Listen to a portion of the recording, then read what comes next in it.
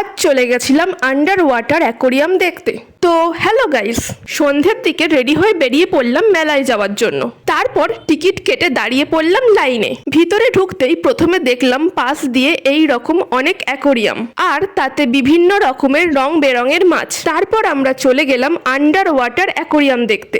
এই যে টানেলটা দেখছো, এর মধ্যে দেশ বিদেশের বিভিন্ন রকমের মাছ ছিল। আমি তো এরম ফিশ টানেল প্রথমবার দেখলাম। তোমরা কারা আগেও দেখেছো আমায় কমেন্টে কিন্তু জানিও।